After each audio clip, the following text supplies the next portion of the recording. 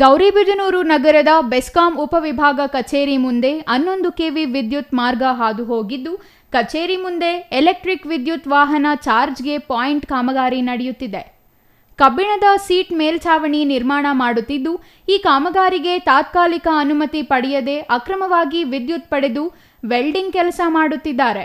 11 KV ಮಾರ್ಗದಲ್ಲಿ ಯಾವುದೇ ಅಂಗಡಿ, ಶೆಡ್ ಸೇರಿದಂತೆ ಇತರೆ ಮಳಿಗೆಗಳಿಗೆ ಬೆಸ್ಕಾಂ ಅನುಮತಿ ನೀಡುವುದಿಲ್ಲ.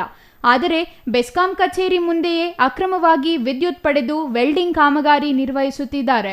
ಸಾರ್ವಜನಿಕರಿಗೆ ಒಂದು ನ್ಯಾಯ, ಬೆಸ್ಕಾಂಗೆ ಮತ್ತೊಂದು ನ್ಯಾಯವೇ ಎಂದು ಅವರು ಪ್ರಶ್ನೆ ಮಾಡಿದರು. ಕೇಂದ್ರ ಸ್ಥಾನದಲ್ಲಿರುವ ಬೆಸ್ಕಾಂ ಉಪವಿಭಾಗ ಕಚೇರಿ ಮುಂದೆಯೇ ಅಕ್ರಮವಾಗಿ ವಿದ್ಯುತ್ ಪಡೆದು ಕಾಮಗಾರಿ ಮಾಡುತ್ತಿದ್ದಾರೆ. ಕಾಮಗಾರಿ ಮಾಡುವಾಗ ವಿದ್ಯುತ್ ಅವಘಡ ಸಂಭವಿಸಿದರೆ ಯಾರು ಹೊಣೆ?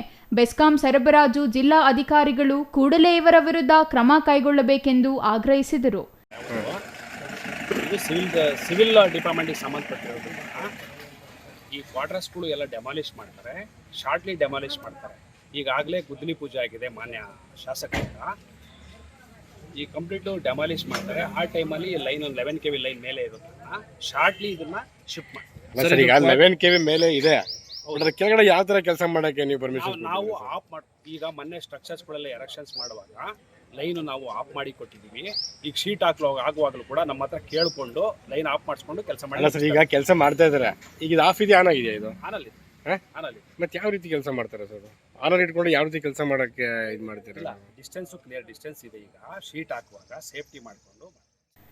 R Manjunath, CTV news, Gauribidanur.